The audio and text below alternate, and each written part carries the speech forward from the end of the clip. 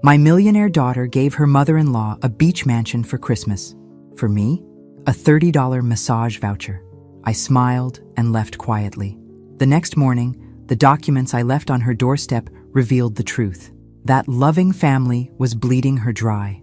Where are you watching from today? Drop your location in the comments below and hit that like and subscribe button. Let me take you back to how this whole mess started. Because trust me, what happened next was something no one saw coming. 3 months earlier, I was just Margaret Walsh, a 62-year-old retired schoolteacher from Denver, Colorado. My biggest worry was whether my tomatoes would survive the early frost.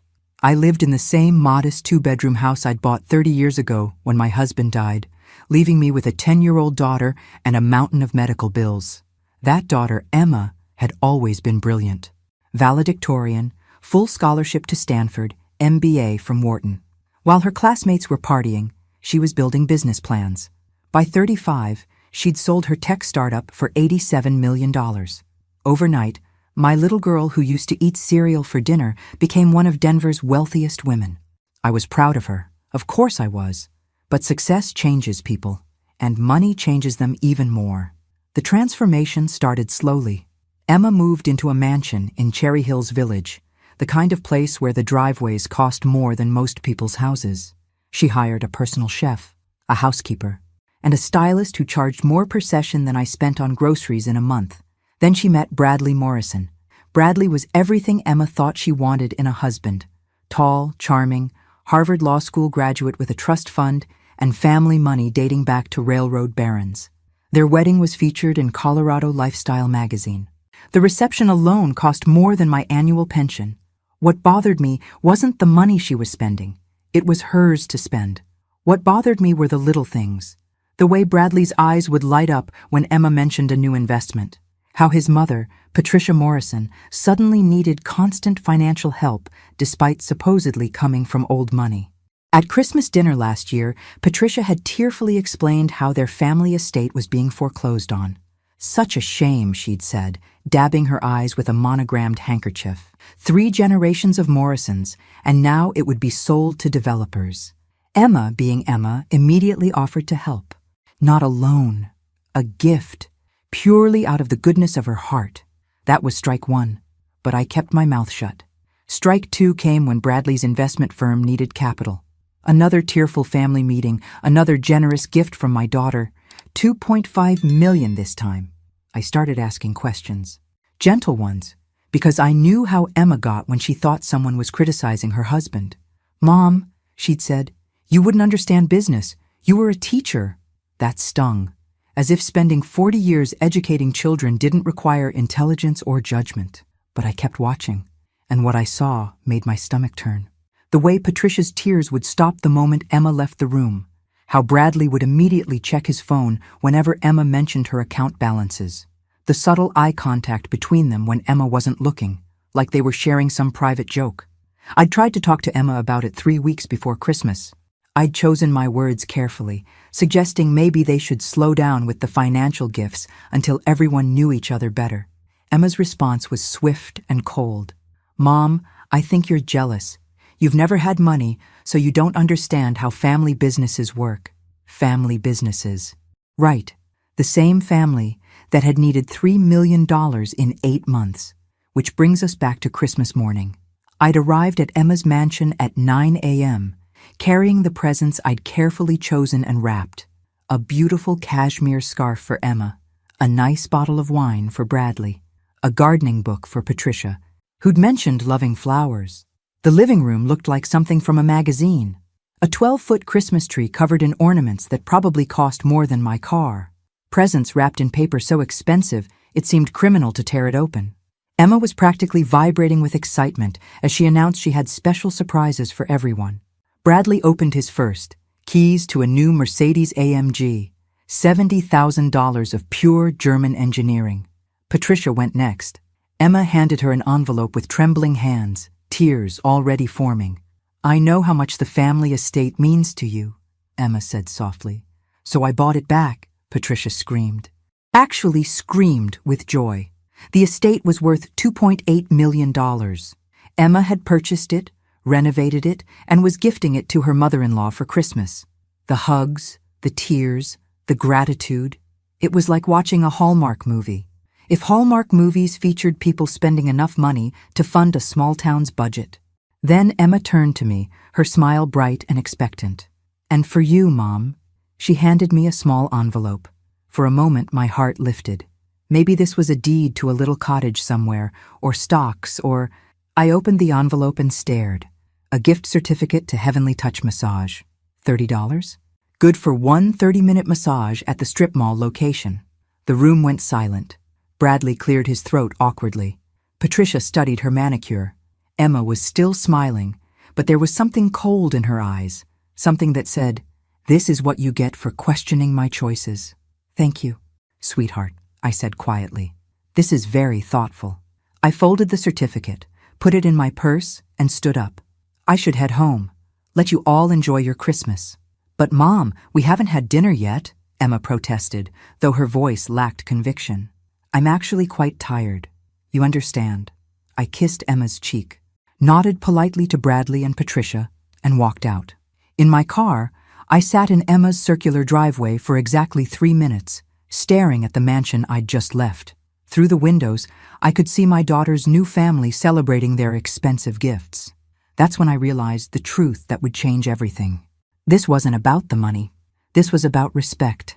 And my daughter had just shown me exactly how much respect she had for the woman who'd raised her. But here's what Emma didn't know about her old-fashioned schoolteacher mother. I hadn't spent 40 years dealing with teenage troublemakers without learning a thing or two about investigation. The next morning, I made 3 phone calls that would unravel Bradley and Patricia Morrison's entire life. But first, I had some digging to do. That night, I barely slept. Every time I closed my eyes, I saw that $30 massage voucher contrasted against the image of Patricia Morrison's tears of joy over a $3 million mansion. 29 years I'd raised Emma alone. 29 years of PB&J sandwiches for lunch so she could have music lessons. 29 years of shopping at thrift stores so she could have the laptop she needed for school. 29 years of working summer jobs grading papers to pay for her college visits. And this was my reward. A discount massage certificate. The irony wasn't lost on me. I'd spent my entire career teaching children the difference between right and wrong, and somehow I'd raised a daughter who thought humiliating me in front of her husband's family was acceptable behavior. But as I lay in my bedroom that night, something else kept nagging at me. Something about the whole scene felt staged. I'd been a teacher long enough to recognize when someone was performing. And Patricia Morrison's reaction to that envelope had felt like a performance. The timing was too perfect, the emotion too immediate, the gratitude too theatrical. Real surprised joy has a different quality. It's messy, confused, delayed. Patricia's response had been polished. At 6 a.m. I got up and made coffee. Then I did something I hadn't done since Emma was 16, and I'd suspected her of sneaking out at night. I started investigating. First I Googled Morrison Estate, Denver. What I found was interesting. The property had indeed been foreclosed on, but not by a bank. According to public records, it had been seized by the IRS for unpaid taxes. The Morrisons hadn't lost their family fortune to bad investments. They'd lost it by not paying their taxes. That seemed like the kind of detail Patricia might have glossed over in her tearful family meetings. Next, I looked up Bradley's investment firm, Morrison Capital Advisors. Their website was beautiful, professional, convincing. Photos of Bradley in expensive suits, testimonials from satisfied clients, impressive charts showing portfolio growth. But when I dug deeper, things got interesting. Morrison Capital Advisors had been incorporated exactly 13 months ago, right around the time Bradley had started dating Emma. Before that, there was no trace of Bradley Morrison working in finance anywhere. I spent 3 hours that morning going down internet rabbit holes. Social media profiles, business registration records, anything I could find about my daughter's new family. What I discovered made my coffee go cold. Patricia Morrison's Facebook profile showed her living in a tiny apartment in Aurora just 2 years ago. The photos from that time showed someone who shopped at Target and drove a beat-up Honda Civic. Hardly the lifestyle of someone from old railroad money. Bradley's LinkedIn profile was even more interesting.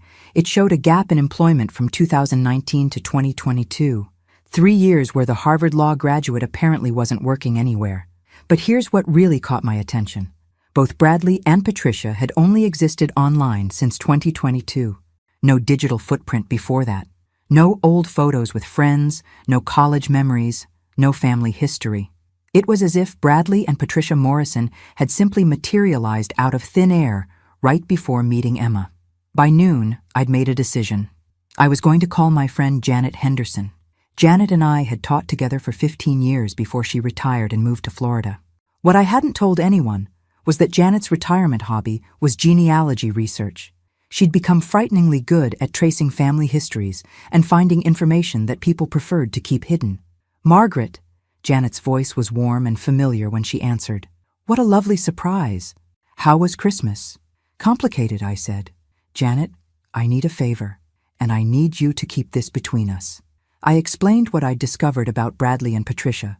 Janet listened without interrupting, making the occasional sound that meant her investigative instincts were kicking in. "Send me their names, birth dates if you have them, and any photos," she said when I finished. "Give me 48 hours. Janet, what if I'm wrong? What if I'm just being a jealous mother who can't accept that her daughter doesn't need her anymore?" There was a long pause. "Honey, in my experience, teachers who spend their careers studying human behavior don't develop paranoid tendencies in retirement. Trust your instincts." That afternoon, my phone rang. "Emma." "Mom, you left so quickly yesterday. I wanted to make sure you're okay." Her voice was careful, like she was reading from a script someone else had written. "I'm fine, sweetheart, just tired." "Good, because Bradley and Patricia felt terrible about the gift situation. They're worried you think they're taking advantage of my generosity." "Interesting. So they were worried about something. Why would I think that?" "Well, you've made some comments recently about our financial arrangements. They're concerned you might misunderstand their situation." "What situation is that?" "Emma?" Another pause. "Mom, you know they come from old money. Sometimes families like that have complicated financial structures, trusts, estate issues, things that might look unusual to outsiders." Complicated financial structures. That was a new one. "Of course," I said. "I'm just a simple school teacher. I wouldn't understand complex family finances." "Mom, don't be like that." "Like what?" "You're using that tone you used to use when I was in trouble at school." Smart girl. She was right. It was exactly the tone I used when I knew a student was lying to me. "Emma, I want you to know something. I love you. I will always love you. Nothing will ever change that. I love you too, Mom." "Good, because love means wanting what's best for someone, even when they can't see it themselves." "What do you mean?" "Nothing, sweetheart. I'll talk to you soon." After hanging up, I realized something had shifted in my relationship with my daughter. For the first time in her adult life, I knew something she didn't, and if my suspicions were correct, what I was about to learn would change everything. My phone buzzed with a text from Janet. "Started digging. You're going to want to sit down when you hear this." But that revelation would have to wait. Because at that moment, I heard a car in my driveway. Through the window, I saw Bradley Morrison climbing out of his Mercedes, straightening his tie and walking toward my front door. He was alone, and from the look on his face, this wasn't a social visit. I watched Bradley through my kitchen window as he approached my front door. He moved with the kind of confidence that comes from a lifetime of getting what you want. But there was something different about him today, something careful, calculating. When the doorbell rang, I took my time answering. Let him wait. Let him wonder what I knew. "Mrs. Walsh," he said when I opened the door, flashing that $1,000,000 smile that had charmed my daughter into marriage. "I hope you don't mind me dropping by.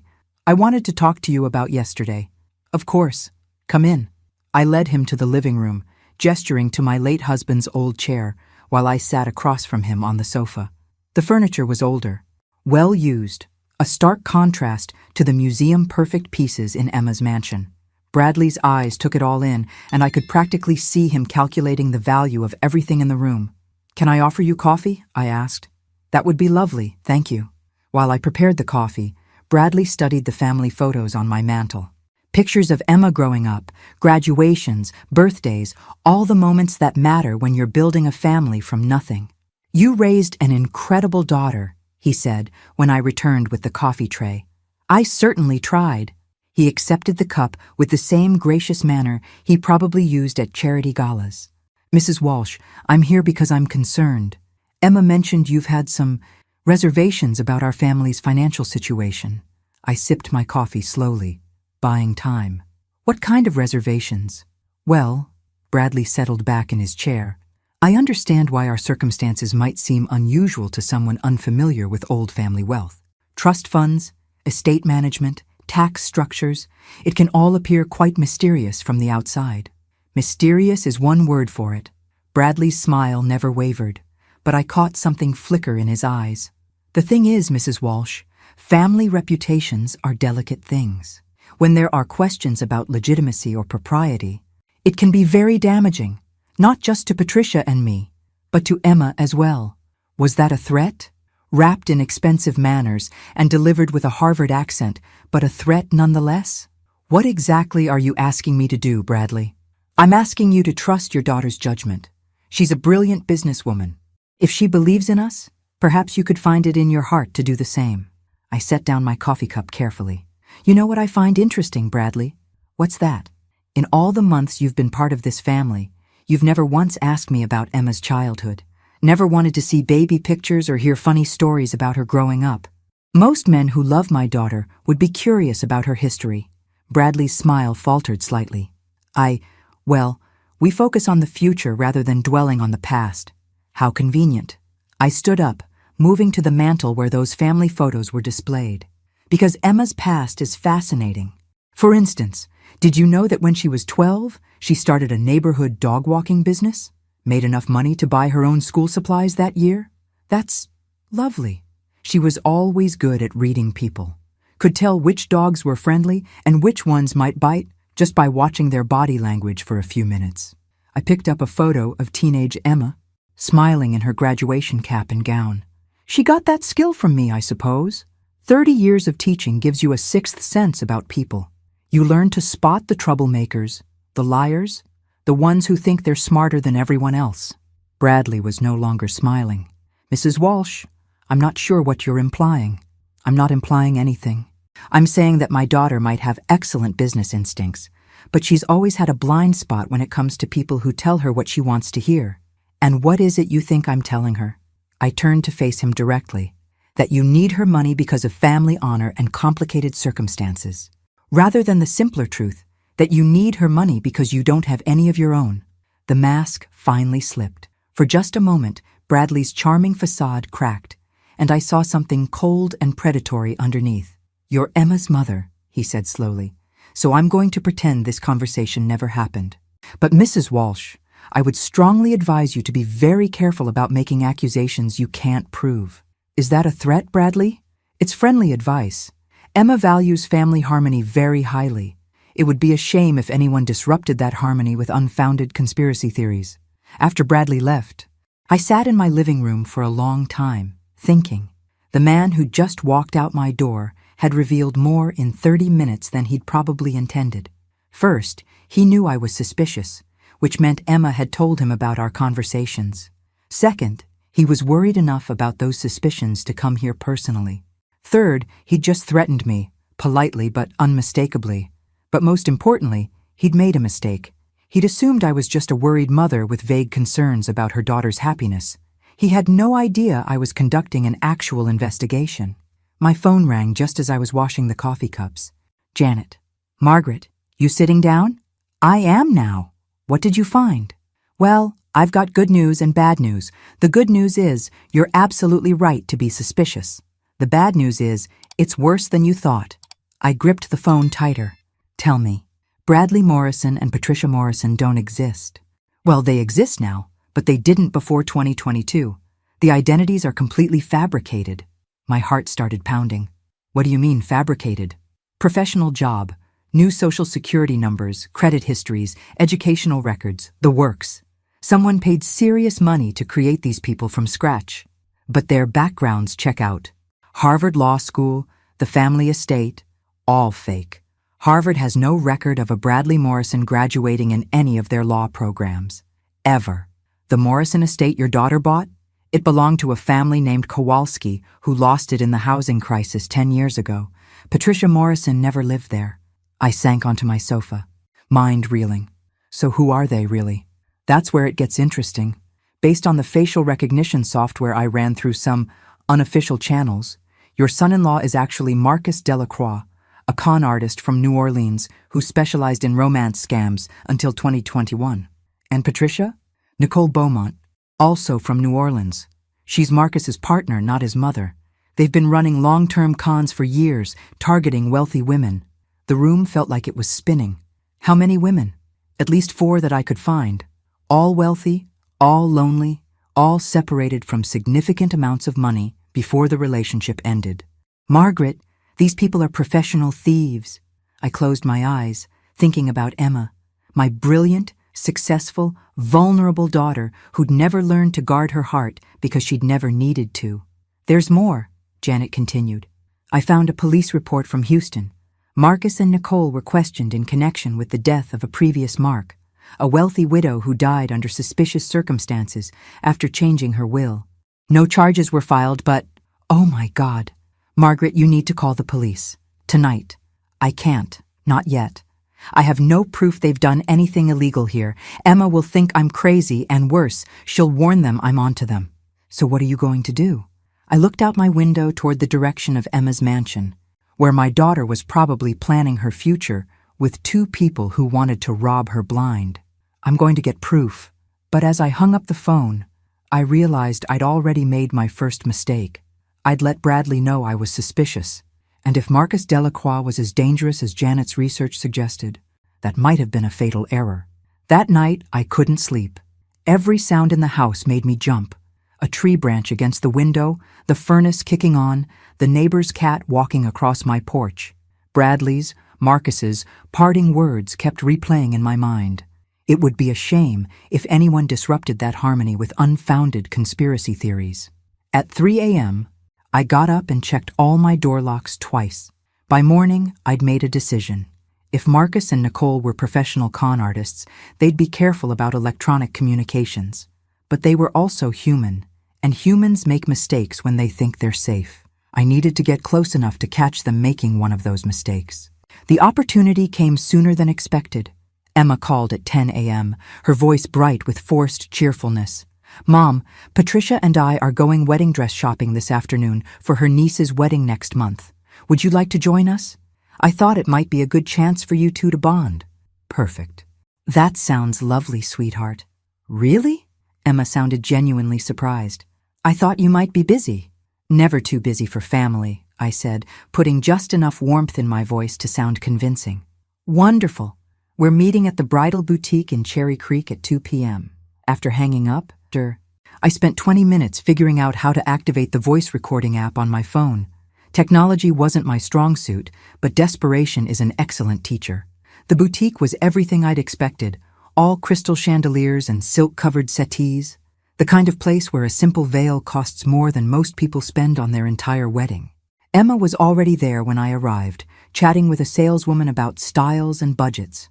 Patricia arrived 15 minutes late, perfectly coiffed and carrying an expensive purse that I now knew she probably couldn't actually afford. Margaret, she exclaimed, kissing my cheek like we were old friends. How wonderful that you could join us. This is going to be such fun. For the next hour, I played the role of the devoted grandmother-in-law, oohing and aahing over dress after dress. Patricia tried on gowns that cost more than my monthly pension, spinning in front of mirrors while Emma and the saleswoman gushed about how stunning she looked. But I was watching faces, not dresses, and what I saw was interesting. Patricia's reactions were studied, carefully calibrated to Emma's responses. When Emma admired a particular detail, Patricia would suddenly discover she loved that exact same feature. When Emma seemed less enthusiastic, Patricia would frown and declare the dress wasn't quite right. More telling were the moments when Patricia thought no one was looking, the brief flashes of impatience when Emma was distracted, the way she checked her phone constantly as if waiting for important news, the dismissive glances she shot at the saleswoman when the woman suggested less expensive alternatives. This was a woman playing a role, and she was getting tired of the performance. My moment came when Emma stepped outside to take a call from her office. The saleswoman went to the back room to find more options. For exactly 90 seconds, Patricia and I were alone in the fitting area. Patricia immediately dropped her grandmother act, pulling out her phone and texting rapidly. I pretended to look through a rack of veils while positioning myself close enough to overhear if she made a call. She did. "It's me," she said quietly, her voice suddenly lower, sharper. "The old lady was asking questions yesterday. Bradley handled it, but she's not backing off." "No, she doesn't know anything concrete, but she's suspicious. I know what the timeline is. I'm just saying we might need to move faster." My blood turned to ice. Timeline for what? "The trust fund documentation will be ready next week," Patricia continued. "Once Emma signs those papers, we'll have access to everything. Yes, I understand the risks, but sitting on this much money makes me nervous. Too many things can go wrong." I heard Emma's voice getting closer as she finished her call. "I have to go," Patricia whispered. "But Marcus, we need to talk tonight. Things are getting complicated." Marcus. She'd used his real name. By the time Emma returned, Patricia had transformed back into the doting mother-in-law, admiring a particularly expensive dress with theatrical enthusiasm. "This one is perfect," she declared. "Emma, you have such wonderful taste." "Actually," Emma said, "I think we should ask Mom what she thinks." "Mom, what's your opinion?" I looked at Patricia, meeting her eyes directly. "I think some things aren't what they appear to be, but the truth has a way of coming out eventually." Patricia's smile never wavered, but I saw her hands clench slightly.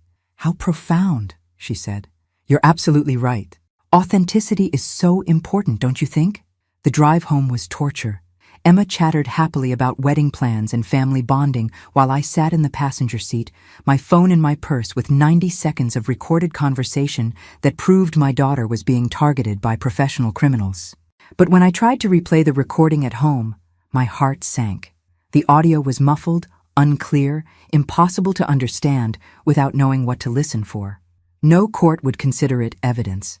Emma certainly wouldn't. I needed more. Something undeniable.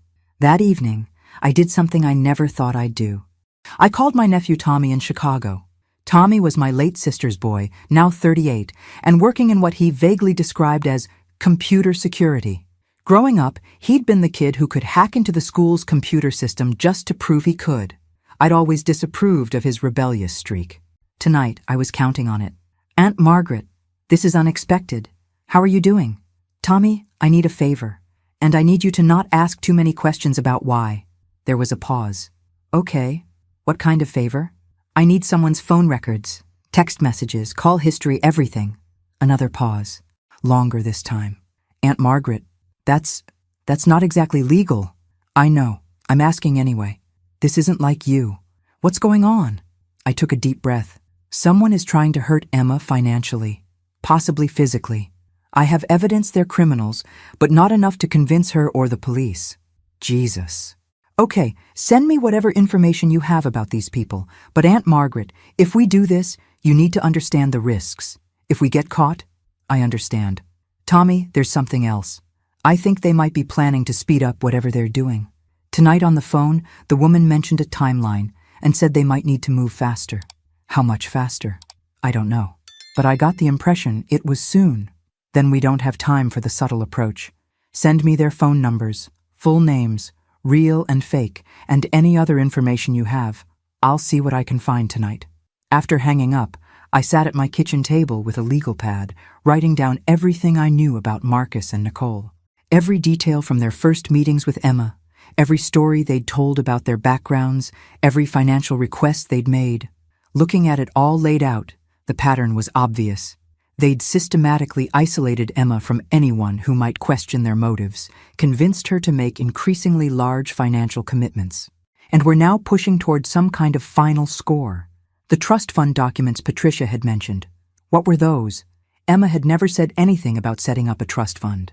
My phone buzzed at 11 p.m. A text from Tommy. "You were right to be worried. Call me, now." When I called him back, his voice was grim. "Aunt Margaret, these people are more dangerous than you realized. I found their communications, and you need to hear this immediately." "What did you find?" "Text messages from today. They're not just planning to rob Emma. They're planning to kill her." The room started spinning. "What?" "After she signs some trust fund papers next week. They've been researching ways to make it look like an accident. Car crashes, home invasions, medical emergencies. Aunt Margaret, Emma has maybe 5 days before they put whatever plan they've chosen into motion. I dropped the phone. 5 days to save my daughter's life, and she still didn't even know she was in danger. I didn't sleep that night. How could I? Every time I closed my eyes, I saw Emma's face when she'd shown me that $30 massage voucher. The hurt in her eyes when I'd questioned her financial arrangements with Bradley, the way she'd defended him just yesterday afternoon. How do you tell your daughter that the man she loves is planning to murder her? Tommy had forwarded me screenshots of the text messages between Marcus and Nicole. Reading them was like watching my daughter's death being planned in real time. Car accident too messy. Police investigate those thoroughly now. Home invasion better. Lots of break-ins in Cherry Hills lately. Pills easiest. Make it look like accidental overdose. Wealthy people take lots of prescription meds anyway. Need her to sign trust papers first. Tuesday appointment confirmed with lawyer. Today was Thursday. The lawyer appointment was in 5 days. At 6 a.m., I called Tommy back. I can't just hand these to the police, I told him. The messages were obtained illegally, and even if they believed me, it would take time to build a case. Emma could be dead by then. So, what are you going to do? I'm going to record them confessing.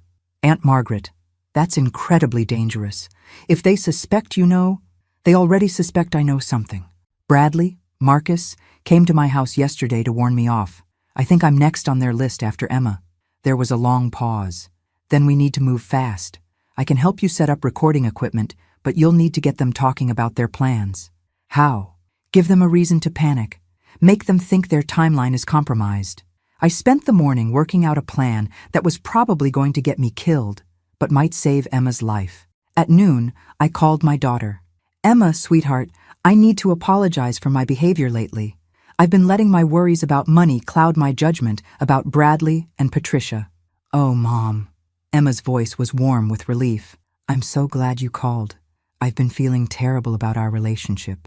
I was wondering if we could have a family dinner tonight. All 4 of us. I'd like to start fresh with Bradley and Patricia. That's a wonderful idea. Should we meet at a restaurant? Actually, I was hoping you could all come here. I'd like to cook for my new family. Emma sounded surprised but pleased. Of course. What time? 7 o'clock. And Emma? Could you ask Bradley to bring those trust fund documents Patricia mentioned? I'd like to understand the family financial structure better. Another pause. Trust fund documents? Yes. Patricia mentioned them yesterday at the dress shop. She said they were finalizing some paperwork with a lawyer next week. I don't know anything about trust fund documents, Mom. Perfect. Now Emma would ask Bradley about them, and he'd have to scramble to come up with an explanation. That kind of pressure makes people say things they shouldn't. That afternoon, Tommy arrived at my house with a suitcase full of equipment I didn't understand. Tiny microphones, recording devices, something that looked like it belonged in a spy movie. This will record everything, he said, showing me a device no bigger than a quarter. I'll be in a van outside monitoring the feed. If things go bad, I'll call the police. What if they search me? They won't. These people are con artists, not professional killers. They're going to be focused on damage control, not physical security. By 6 p.m., my house was wired for sound and video. I'd cooked Emma's favorite meal, pot roast with all the fixings, and set my dining room table with my mother's china. If this was going to be my last dinner with my daughter, I wanted it to be memorable. Emma arrived first, carrying a bottle of wine and looking happier than I'd seen her in months. Mom, I can't tell you how much this means to me. Family is everything. Bradley and Patricia arrived together 20 minutes later. Bradley was carrying a manila folder, and both of them looked tense despite their smiles.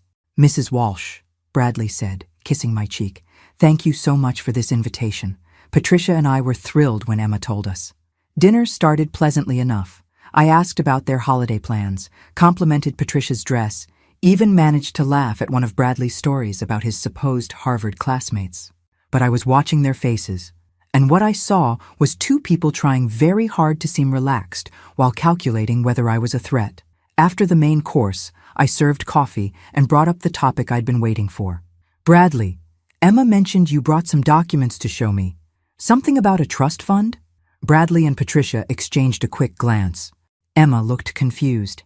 Actually, Emma said, I asked Bradley about that after we talked, Mom. I don't know anything about any trust fund documents. The temperature in the room seemed to drop 10 degrees. Oh, I said innocently. I must have misunderstood what Patricia said at the boutique. Patricia's smile was strained.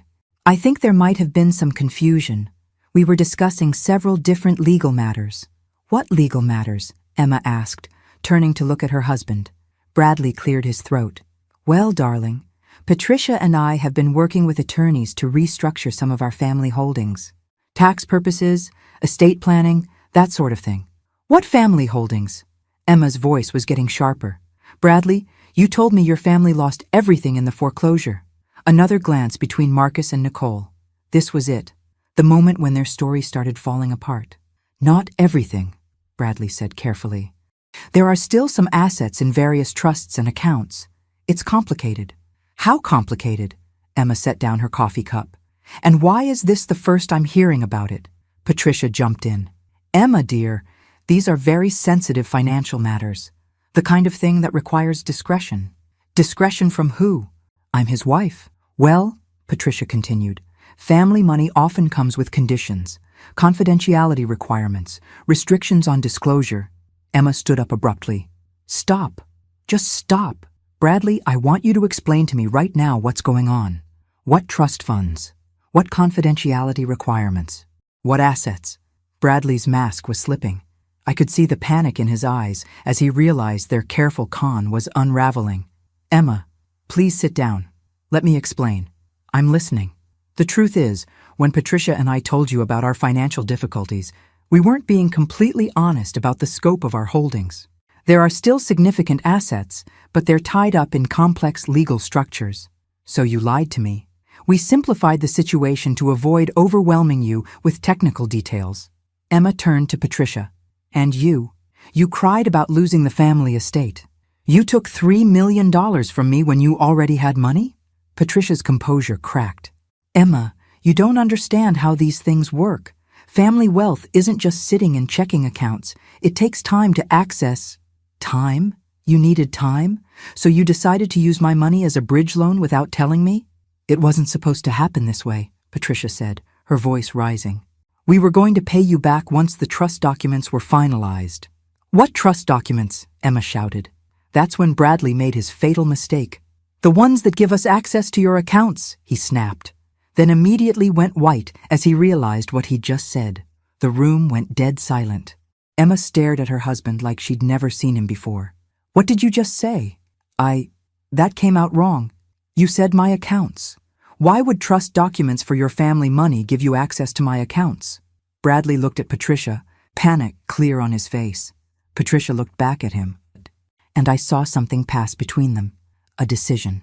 Because, Emma, Patricia said quietly, the trust documents name you as the primary beneficiary of our estate. We thought it would be a wonderful surprise. It was a good lie. Quick thinking under pressure.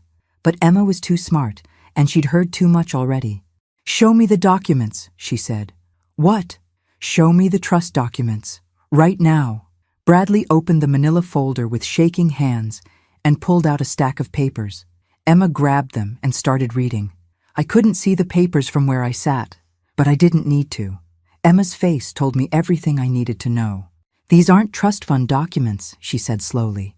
These are power of attorney forms. Financial power of attorney forms that would give you complete control over all my assets. The game was over. Bradley and Patricia knew it. I knew it. And finally, thank God, Emma knew it too. But what happened next would determine whether my daughter lived to see another Christmas. Because cornered con artists are the most dangerous kind. These aren't trust fund documents, Emma said slowly, her voice deadly calm. These are power of attorney forms. Financial power of attorney forms that would give you complete control over all my assets. The silence that followed was deafening. I could hear my own heartbeat, the tick of the grandfather clock in the corner, the distant sound of traffic outside.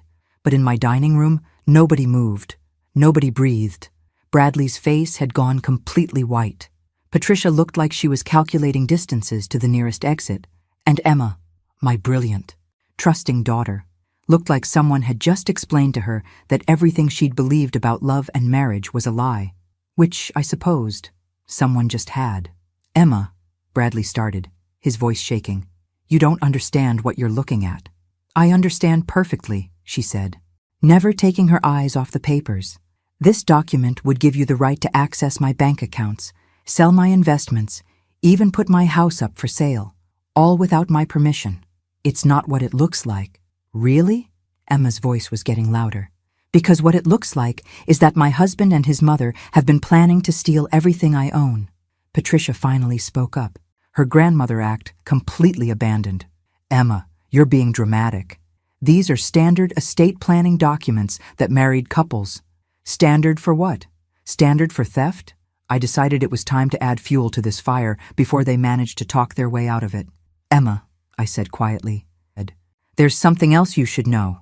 Every eye in the room turned to me. Bradley looked terrified. He should have been. Patricia made a phone call today at the bridal shop when she thought no one was listening. Mom, what are you talking about? She called someone named Marcus, talked about moving faster than planned because I was asking too many questions. The effect was immediate. Bradley went from white to green, and Patricia actually took a step backward.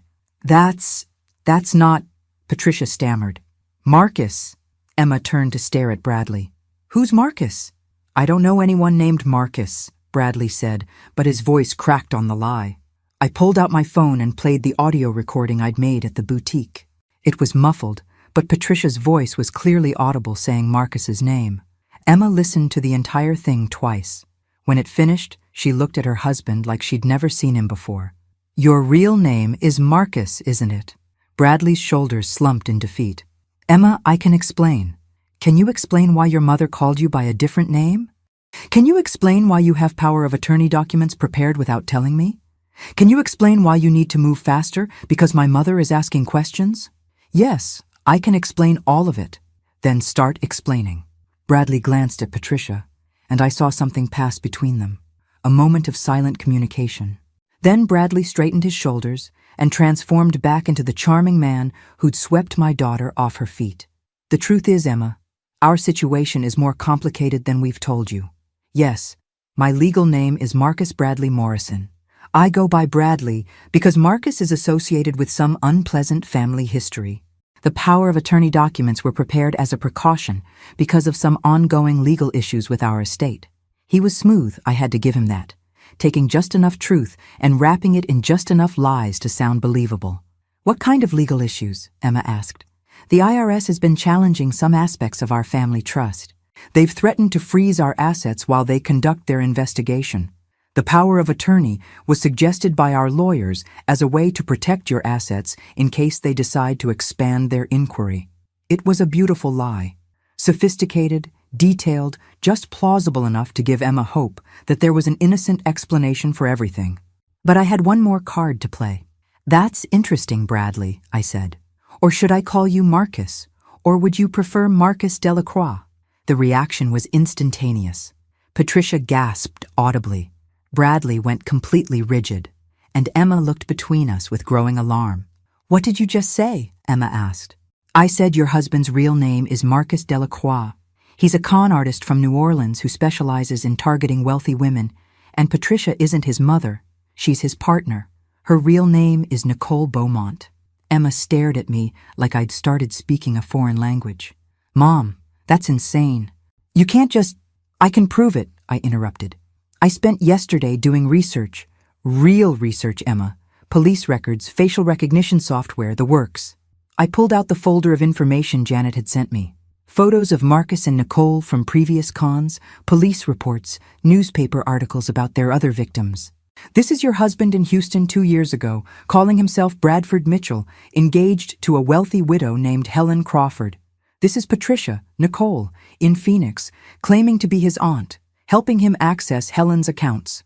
Emma grabbed the papers from my hands, studying them with the same intensity she'd once applied to business plans and financial reports.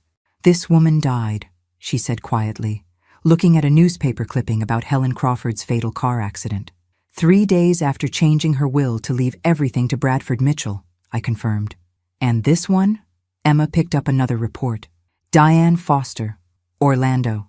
Mysterious overdose 6 months after marrying your husband when he was calling himself Blake Morrison. Another convenient accident right after she'd signed over power of attorney. Emma was turning pages faster now, seeing the pattern emerge. 4 different cities, 4 different names, 4 wealthy women who'd fallen in love with the charming man now sitting in my dining room. And this? She held up a police report with photos attached. That's when they got caught in New Orleans. Not enough evidence to prosecute, but enough to make them change cities and identities. Emma looked up at Bradley, Marcus, who was sitting frozen in his chair. "Is this true?" she asked quietly. "Emma, those documents could be fabricated. Your mother has clearly been listening to someone with a grudge against our family." "Stop!" Emma's voice was barely above a whisper. "Just stop lying to me." She turned to Patricia, Nicole. "How many women have you done this to?" Nicole had given up all pretense of being the grieving mother-in-law. Her face was hard, calculating, showing the predator that had been hiding underneath the grandmother mask. "You wouldn't understand," Nicole said coldly. "You've never had to work for anything in your life. Money has always been easy for you. So, you decided to take mine. We decided to earn it. Do you know how exhausting it is to pretend to love someone like you? Do you know how hard it is to listen to your boring stories about your company and pretend to care about your success?" The mask was completely off now. Emma was seeing Nicole exactly as she really was. A cold, manipulative criminal who'd been playing a role for months. "And you," Emma turned back to Marcus. "Did you ever feel anything real for me? Even for a minute?" Marcus actually smiled. It was the first genuine expression I'd seen from him. And it was chilling. "Emma, you're asking the wrong question. The question isn't whether I felt anything real for you. The question is whether you would have felt anything real for me if I hadn't been playing the part of the perfect husband." "What do you mean?" "I mean you didn't fall in love with me. Emma, you fell in love with a fantasy. A Harvard-educated aristocrat with family money and old-world charm. If I'd walked into that country club as Marcus Delacroix, high school dropout from the French Quarter, would you have given me a second glance?" The cruelty in his voice was breathtaking. He was destroying her not just financially, but emotionally, making her question not just his feelings, but her own. "You created a character you thought I wanted," Marcus continued, "and then you fell in love with your own creation. I was just the actor playing the part." Emma's face crumpled. For a moment, she looked like the little girl who used to run to me when the bigger kids picked on her at school. But then something changed in her expression. The vulnerability disappeared, replaced by something harder. "You know what, Marcus? You're right about one thing. I did fall in love with a fantasy. But you made a mistake." "What mistake?" "You assumed I was just another rich victim who would roll over and die quietly when you decided it was time. But I'm Margaret Walsh's daughter, and Margaret Walsh's daughter doesn't go down without a fight." Emma pulled out her phone and dialed 911. "I'd like to report a fraud in progress," she said calmly, "and possibly attempted murder." That's when Marcus and Nicole decided they weren't going quietly after all. The moment Emma said the word murder, everything exploded into chaos. Marcus lunged across the table, knocking over wine glasses and reaching for Emma's phone. Nicole bolted toward the front door, but stopped when she realized Tommy was blocking it. My nephew had apparently decided monitoring from the van wasn't sufficient protection. Emma dodged Marcus's grab, but tripped over her chair and went down hard. I heard her phone skitter across the hardwood floor as she fell. "Tommy!" I shouted, but he was already moving, tackling Nicole before she could reach the back door. Marcus had Emma pinned against the wall, one hand over her mouth, the other reaching into his jacket for something I really didn't want to see. You know what's funny about spending 30 years breaking up high school fights? You learn that the element of surprise is everything. Marcus was so focused on Emma, he never saw my mother's cast-iron skillet coming. I hit him square in the back of the head with enough force to drop a charging bull. He crumpled to the floor like a deflated balloon. "Nice swing, Aunt Margaret," Tommy said, still wrestling with Nicole. "But we've got a problem." "What problem?" "She's got a gun." I looked down and saw the small pistol in Nicole's hand pointed directly at Tommy's chest. Her grandmother act was completely gone now, replaced by someone who looked entirely capable of murder. "Everybody shut up and listen," Nicole snarled. "Here's what's going to happen. Margaret, you're going to help me get Marcus up and out to our car. Tommy, you're going to let me go, or I'm going to put a bullet in your chest."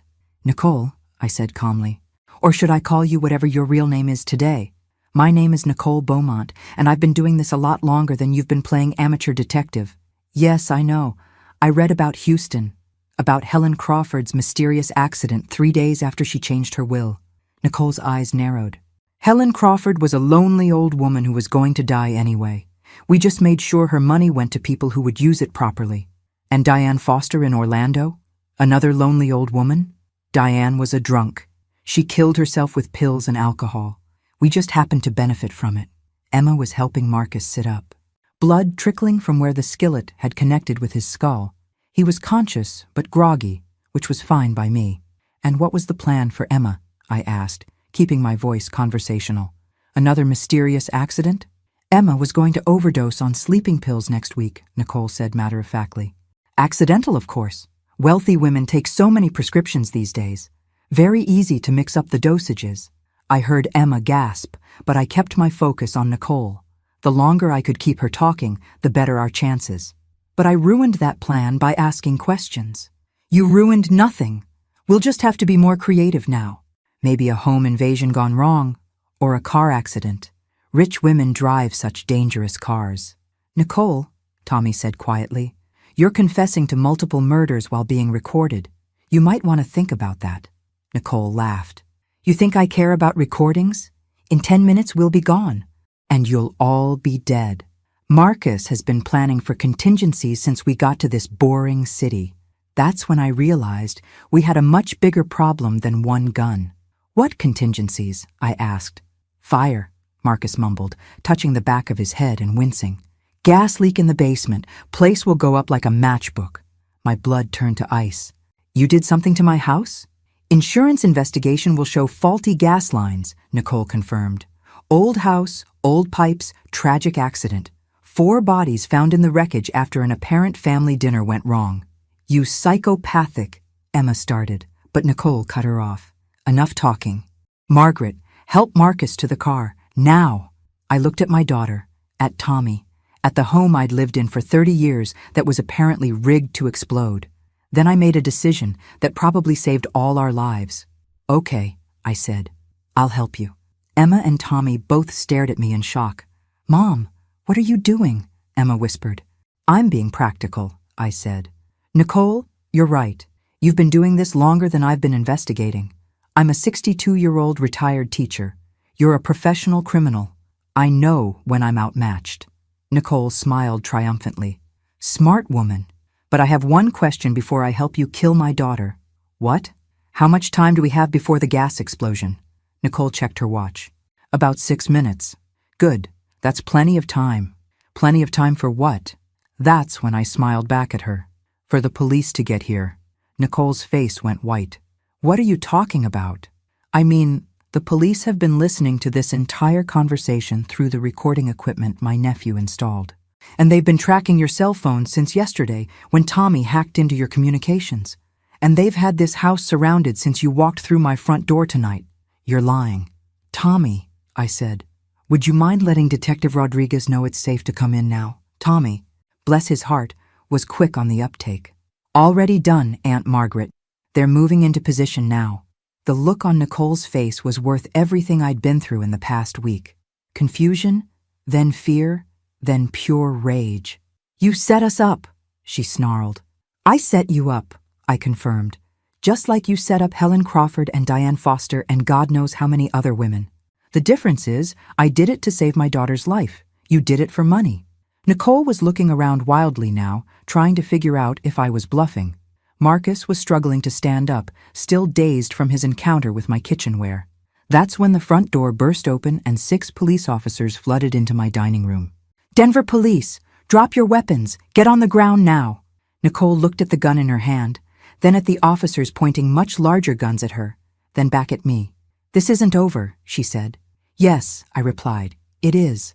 She dropped the gun and put her hands up. Marcus collapsed back onto the floor, either from the head injury or the realization that their perfect con had just turned into a life sentence. As the officers handcuffed Nicole and called for paramedics for Marcus, Detective Rodriguez approached me. Mrs. Walsh, that was incredibly dangerous. If they'd had backup outside, or if the gas leak had been real. Detective, I'm a retired teacher. Do you know what the most dangerous part of teaching is? What's that, ma'am? Parent-teacher conferences. After 40 years of dealing with parents who think their little angels can do no wrong, a couple of con artists don't seem that scary. Emma burst into tears and threw her arms around me. Mom, I'm so sorry. I'm so sorry I didn't listen to you. Sweetheart, you couldn't have known. These people are professionals.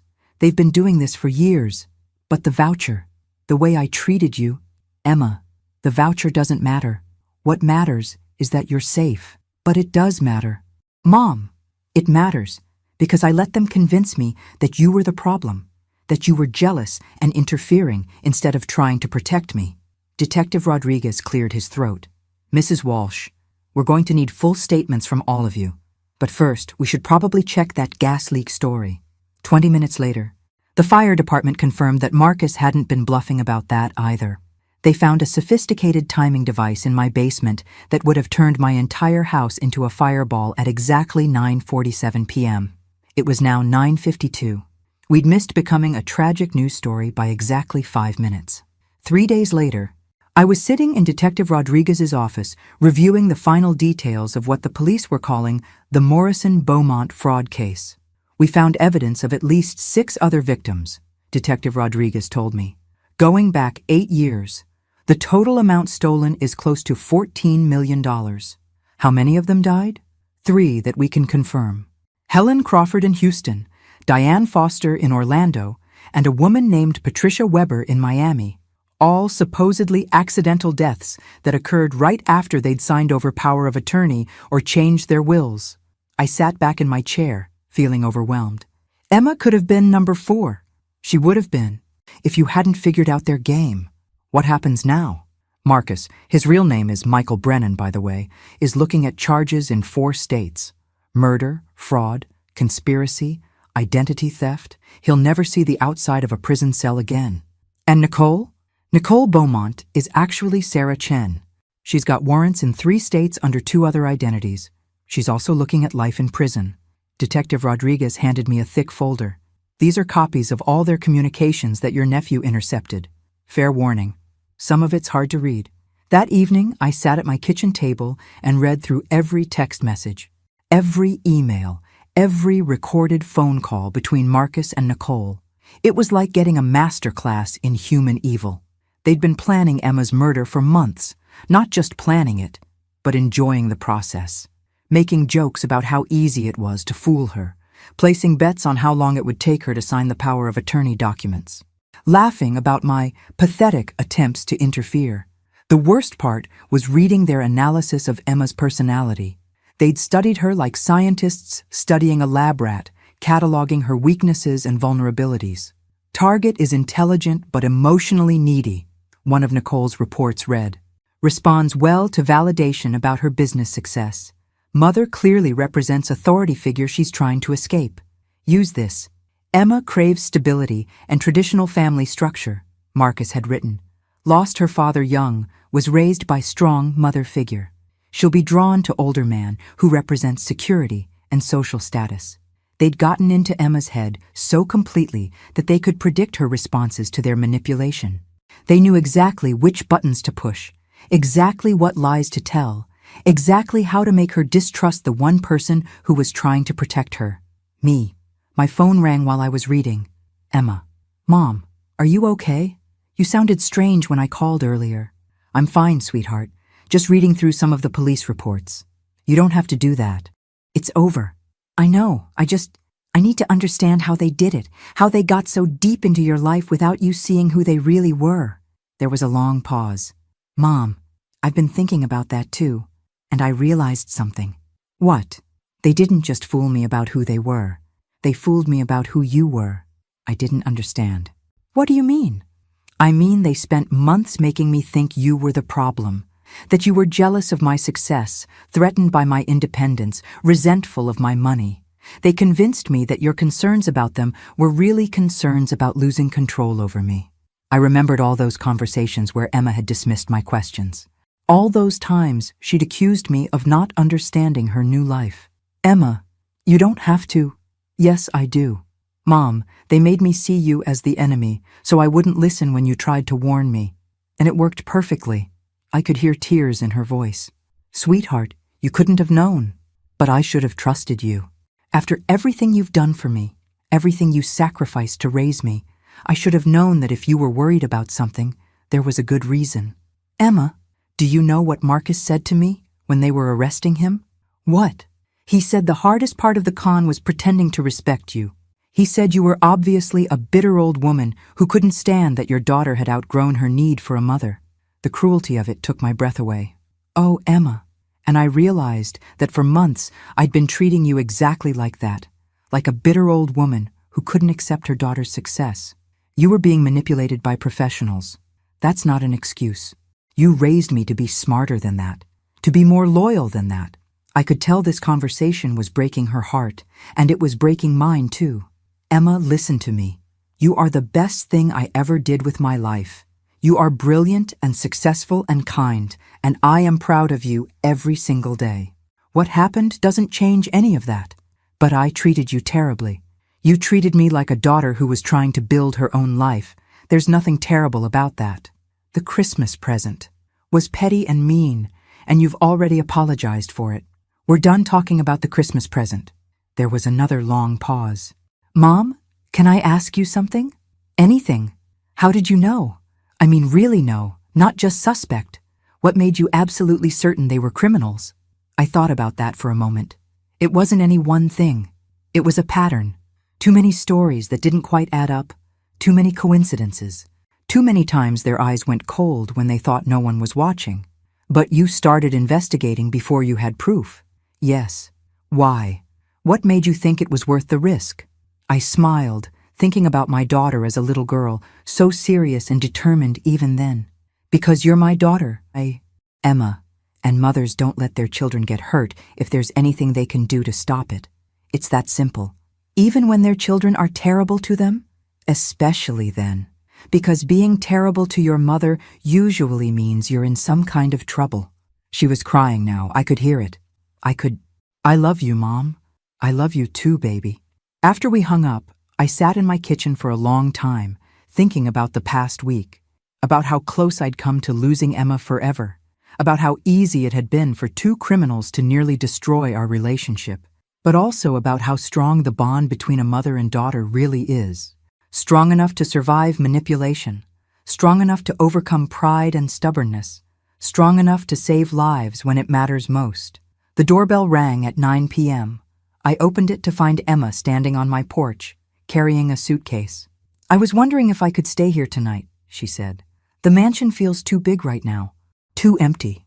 Of course. But Emma, you don't have to. Mom, I want to. If that's okay. It's more than okay.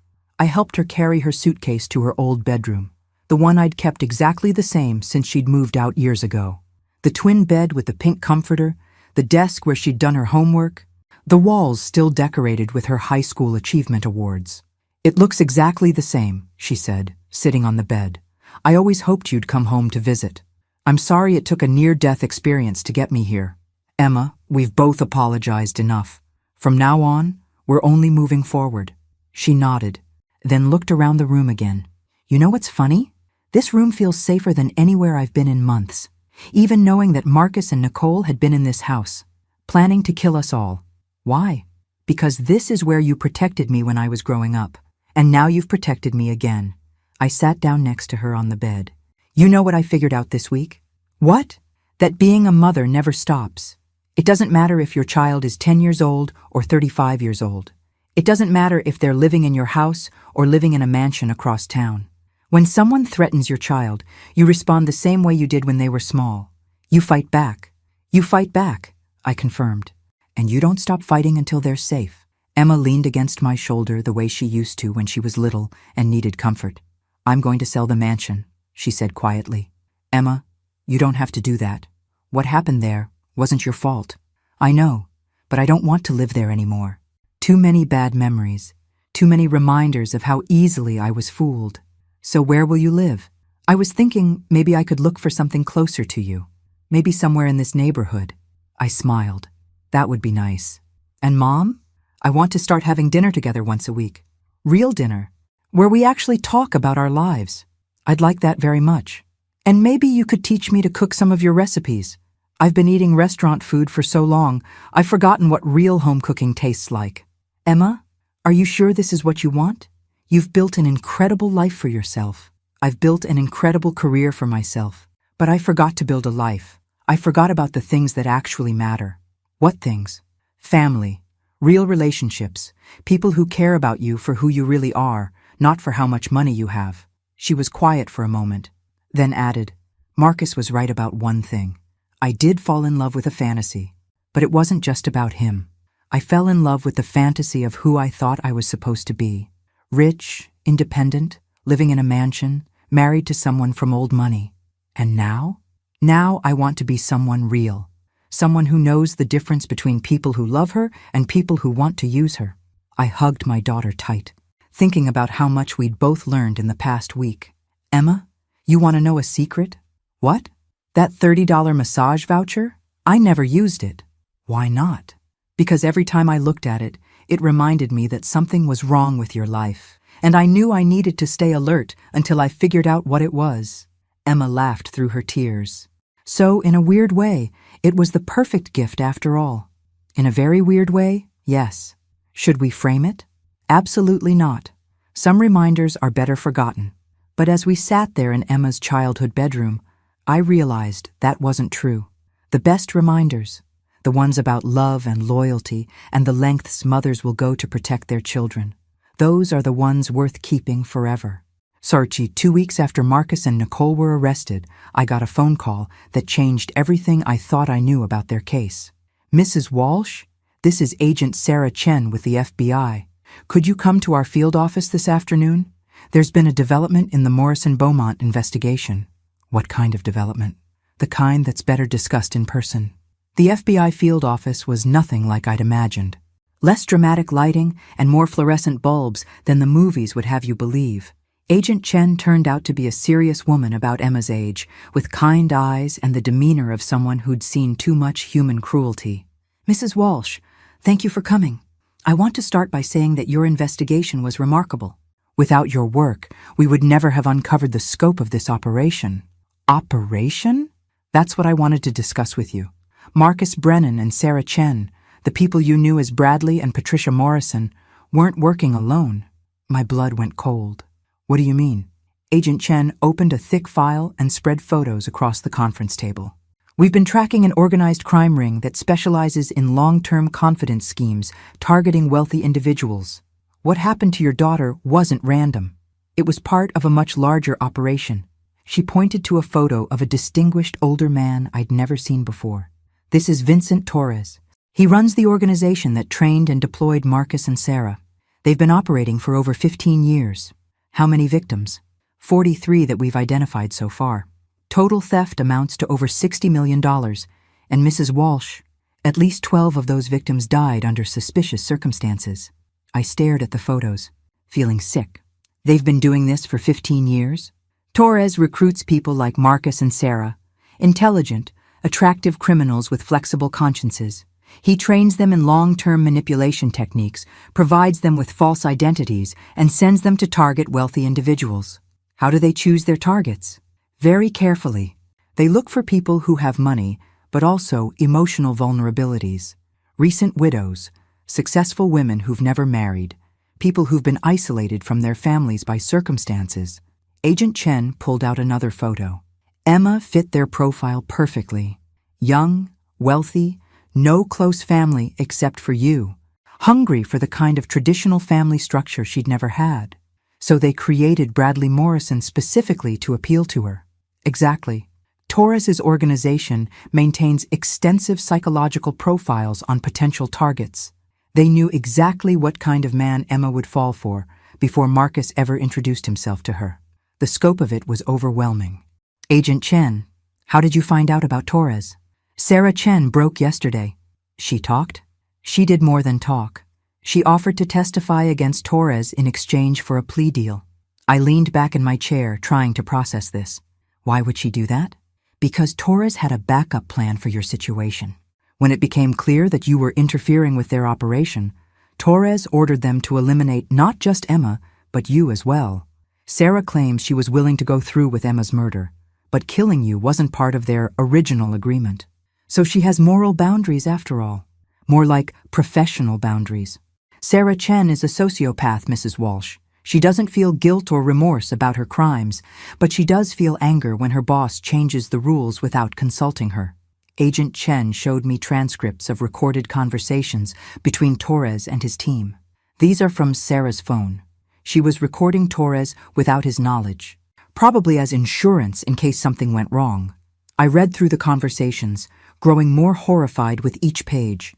Torres wasn't just running a criminal organization. He was running a murder-for-profit scheme disguised as romance scams. Mrs. Walsh, there's something else you need to know. Torres is coming to Denver. What? He's concerned about how much attention this case has generated. He wants to clean up loose ends personally. What kind of loose ends? Agent Chen met my eyes. You, Emma, and your nephew Tommy. Torres views all of you as witnesses who could damage his organization. I felt like the room was spinning. Are you saying he's coming here to kill us? That's exactly what I'm saying. Sarah Chen provided us with copies of his instructions to a local team. They're planning to make it look like a murder-suicide. The story will be that you couldn't handle the stress of discovering your daughter's husband was a criminal. So you killed Emma and Tommy, then yourself. When? Soon. Maybe tonight. I stood up abruptly. I need to call Emma and Tommy. Mrs. Walsh, sit down. We're already handling this. Handling it how? We're going to use you as bait. I stared at Agent Chen like she'd suggested I juggle flaming torches. Excuse me? Torres is smart, but he's also arrogant. He thinks he's dealing with a retired school teacher who got lucky. He has no idea that we know he's coming, or that Sarah Chen has been feeding us information about his operation. So you want me to, what?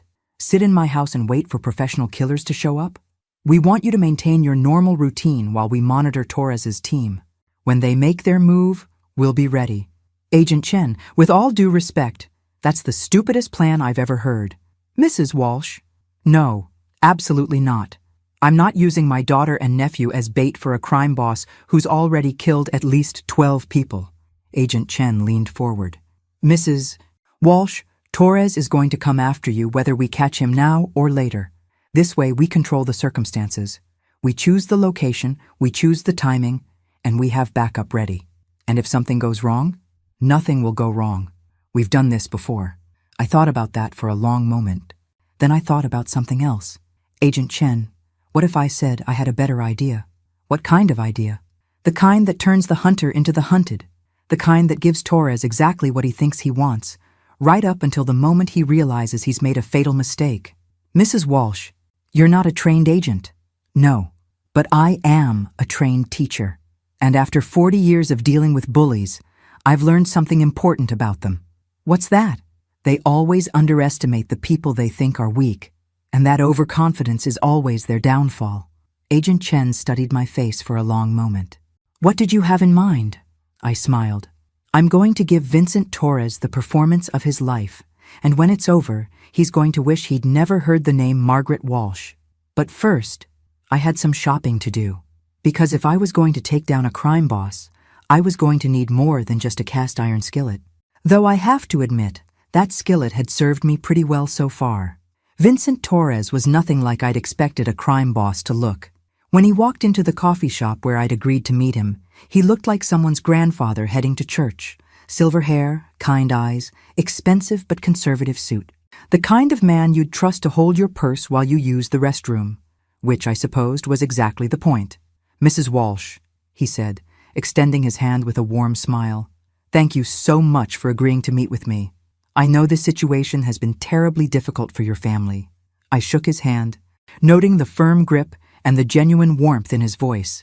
This man could probably convince you to hand over your life savings while making you feel grateful for the opportunity. Mr. Torres, I appreciate you coming to Denver personally. When Agent Chen told me you wanted to discuss a resolution to this whole mess, I was intrigued. We sat at a corner table in the busy Starbucks, just two older people having coffee and conversation. Nothing suspicious to any casual observer. Torres even ordered a decaf latte and a blueberry scone, playing his grandfather role to perfection. Mrs. Walsh, I want to start by apologizing. The people who targeted your daughter were operating outside my organization's guidelines. When I discovered what they were planning, I was horrified. His performance was flawless. The right amount of concern, the perfect balance of authority and humility. If I hadn't known what he really was, I would have believed every word. What guidelines would those be, Mr. Torres? We run a sophisticated financial consulting firm, Mrs. Walsh. Sometimes our methods are unconventional, but we never intended for anyone to be harmed. You mean besides the 12 people who died during previous consultations? Torres's mask slipped for just a moment, a flicker of surprise that I knew the real scope of his operation. Then the grandfather's smile returned. I think there's been some misunderstanding about my business, Mrs. Walsh, perhaps fed to you by federal agents who are more interested in building a case than finding the truth. And what is the truth, Mr. Torres? The truth is that I run a legitimate business helping wealthy individuals optimize their financial portfolios. Sometimes that involves complex estate planning, trust management, even arranged marriages between compatible parties. Arranged marriages? Think of it as high-end matchmaking, Mrs. Walsh. Wealthy people often have trouble finding partners who aren't interested in their money. We provide introductions to individuals who already have their own resources. It was a beautiful story. Elegant, plausible, just close enough to reality to sound believable. He was selling me the same fantasy he'd probably sold to dozens of other victims' families. That's fascinating, Mr. Torres. But I'm curious about something. What's that? If Marcus and Sarah were operating outside your guidelines, why are you here? Why not just distance yourself from them and move on? Torres smiled like I'd asked exactly the question he'd been hoping for. Because, Mrs. Walsh, I believe in taking responsibility for my employees' actions, even when they act against orders. How noble of you. I'd like to offer your family compensation for what you've been through. Significant compensation. Now we were getting to the real purpose of this meeting. What kind of compensation? $2 million, Mrs. Walsh, tax-free, deposited into accounts of your choosing. All I need in exchange is your agreement not to cooperate further with the federal investigation. It was a generous offer. Life-changing money for someone like me. The kind of offer that would tempt anyone who'd been through what my family had experienced. That's very generous, I said. But I have a counteroffer. Torres raised an eyebrow. I'm listening. How about instead of $2 million, you turn yourself in to the FBI and spend the rest of your life in prison where you belong? The grandfather mask disappeared completely. For the first time since walking into the coffee shop, I was looking at the real Vincent Torres, and he was absolutely terrifying. Mrs. Walsh, he said quietly, I think you misunderstand your situation. I understand it perfectly. You're a murderer who makes money by convincing people to trust you, then stealing everything they own before killing them. You came here because you're worried that your former employees will testify against you, and you want to eliminate the witnesses who could corroborate their testimony. You're making a serious mistake. Actually, Mr. Torres, you're the one who made the mistake. What mistake? You assumed I was just another scared victim who would take your money and keep quiet. But you forgot something important about me. What's that? I'm a retired teacher, and teachers don't negotiate with bullies. Torres leaned back in his chair, studying me with new interest. Mrs. Walsh, do you know how many people have tried to threaten me over the years? I'm not threatening you. Mr. Torres, I'm promising you. Promising me what? That you're going to prison, that your organization is going to be dismantled, and that the families of all your victims are going to get justice. Torres actually smiled. And how exactly do you plan to accomplish that? The same way I exposed Marcus and Sarah, by being smarter than you. Mrs. Walsh, you're 62 years old with no law enforcement training, no federal resources, and no protection. I have people in this city who can make you disappear tonight. Probably. But here's the thing about making people disappear, Mr. Torres. It only works if nobody's expecting them to vanish. What do you mean? I mean this entire conversation has been recorded and transmitted to the FBI. I mean Agent Chen and 6 federal agents have been listening to every word you've said. And I mean you just confessed to multiple murders while threatening to kill me. Torres went very still. You're bluffing. Agent Chen, I said, speaking to the small microphone pinned to my sweater. Would you mind confirming for Mr. Torres that I'm not bluffing? Torres spun around as Agent Chen approached our table from across the coffee shop, followed by two other agents who'd been posing as customers. "Vincent Torres," Agent Chen said, "you're under arrest for conspiracy to commit murder, racketeering, and about 40 other charges we'll discuss downtown." Torres looked back at me with something approaching respect. "You played this very well, Mrs. Walsh. Thank you. I learned from the best." "Who's that?" "My students. 40 years of teaching teenagers taught me everything I need to know about dealing with people who think they're smarter than everyone else." As they handcuffed Torres and led him away, Agent Chen sat down across from me. "That was excellent work, Mrs. Walsh. His confession, combined with Sarah Chen's testimony, should be enough to dismantle his entire organization. What happens to Emma now? Is she safe?" "She's safe. Torres was the head of the operation. With him in custody and his local team arrested, there's no one left to threaten your family." I felt a weight lift from my shoulders that I hadn't even realized I'd been carrying. "And the other victims' families?" "Torres's organization kept detailed records. We'll be able to identify most of the victims and hopefully recover some of the stolen assets." That evening, Emma and I sat in my kitchen, sharing a dinner I'd cooked for just the two of us. She'd been staying in her old bedroom for the past 2 weeks, and I was getting used to having her around again. "Mom," she said, passing me the mashed potatoes, "I've been thinking about what you said the other night, about being real versus being successful." "What about it?" "I realized I've spent the last 10 years building a life that looked impressive from the outside, but felt empty on the inside. All that money, all that success, but no real relationships, no one who actually knew who I was. Success isn't a bad thing, Emma. You should be proud of what you've accomplished." "I am proud, but I want to be proud of more than just my bank balance." "Like what?" "Like having the kind of mother who would risk her life to save me. Like being the kind of daughter who deserves that sacrifice." I reached across the table and squeezed her hand. "Emma, you've always been the kind of daughter who deserves everything good in the world. Even when I gave you a $30 massage voucher for Christmas?" I laughed. "Especially then, actually. That voucher saved your life, remember? How do you figure?" "Because it was so obviously cruel that it made me realize something was seriously wrong with your life. If Marcus and Sarah had convinced you to give me a nice present, I might not have started investigating." Emma smiled. "So in a weird way, they outsmarted themselves. Evil usually does, eventually. People who spend their lives manipulating others tend to forget that real relationships are based on love, not control." "Speaking of real relationships," Emma said, "I've been thinking about making some changes." "What kind of changes?" "I want to start a foundation. Something that helps victims of financial fraud, especially older women who've been targeted by romance scams."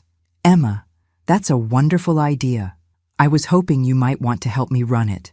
I mean, if you're interested in coming out of retirement." I looked at my daughter, really looked at her, and saw the woman she'd become. Successful, yes, but also kind. Rich, yes, but also generous. And finally, wise enough to know the difference between people who wanted to use her and people who wanted to love her. "Emma," I said, "I can't think of anything I'd rather do." 6 months later, the Margaret and Emma Walsh Foundation for Fraud Prevention opened its doors in downtown Denver. Our first client was a 70-year-old widow from Houston, whose grandson had stolen her retirement savings. Our second was a businessman from Phoenix, who'd lost everything to a fake investment scheme.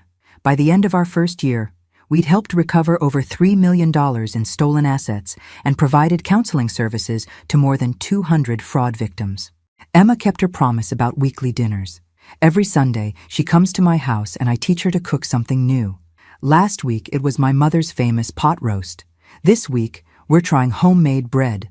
She also kept her promise about buying a house in my neighborhood. She's 3 blocks away now, in a charming Tudor that's 1/10 the size of her old mansion, but feels infinitely more like home. As for Marcus and Sarah, they're both serving life sentences without the possibility of parole. Vincent Torres died in federal custody while awaiting trial. Natural causes, according to the autopsy, though I suspect the stress of facing 43 murder charges might have contributed to his heart attack. Sometimes I think about what would have happened if I'd just accepted that $30 massage voucher gracefully, if I'd minded my own business and let Emma live her life without interference from her worried mother. She'd be dead now, and Marcus and Sarah would be living in her mansion, planning their next con. But that's not what happened. What happened is that a retired school teacher remembered everything she'd learned about bullies and liars during 40 years of teaching. What happened is that a mother's love turned out to be stronger than professional criminals' greed. And what happened is that my brilliant, successful, beautiful daughter learned something that all her business school classes had never taught her: the difference between people who want to be part of your life and people who want to take your life away. The massage voucher is framed now, hanging in our foundation's lobby with a small plaque that reads, "Sometimes the worst gifts lead to the best outcomes." Visitors often ask about it. Emma loves telling them the story of how a $30 insult helped save her life and led to the recovery of millions of dollars in stolen assets. But I think the real moral of the story is simpler than that. Love doesn't always look like what we expect it to look like. Sometimes love looks like a mother who asks uncomfortable questions. Sometimes love looks like suspicion instead of trust.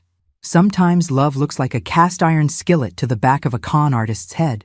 And sometimes, just sometimes, love looks like a $30 massage voucher that proves to a mother that something is terribly wrong with her daughter's life.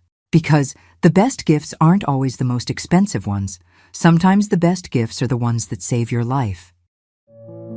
Thanks for listening. Don't forget to subscribe and feel free to share your story in the comments. Your voice matters.